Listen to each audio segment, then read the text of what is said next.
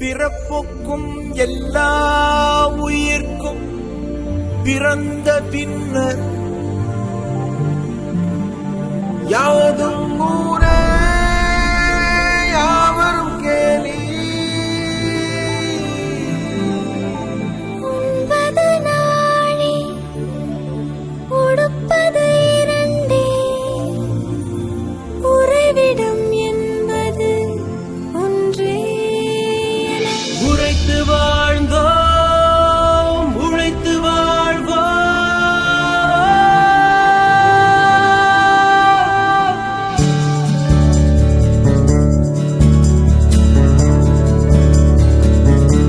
தீதும் நன்றும் பிறர் தரவாராயனும்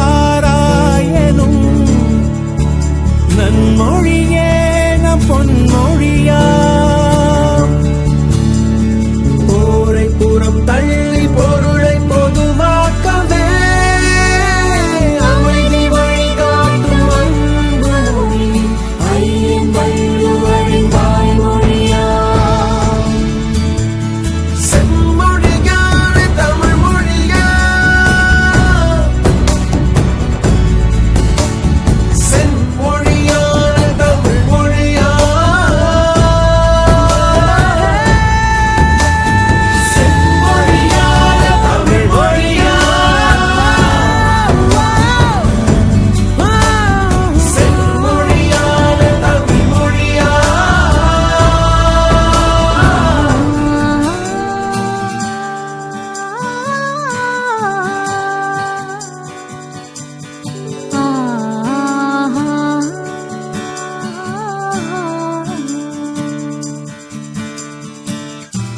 ஓரறிவு முதல் ஆறறிவு உயிரினம் வரையிலே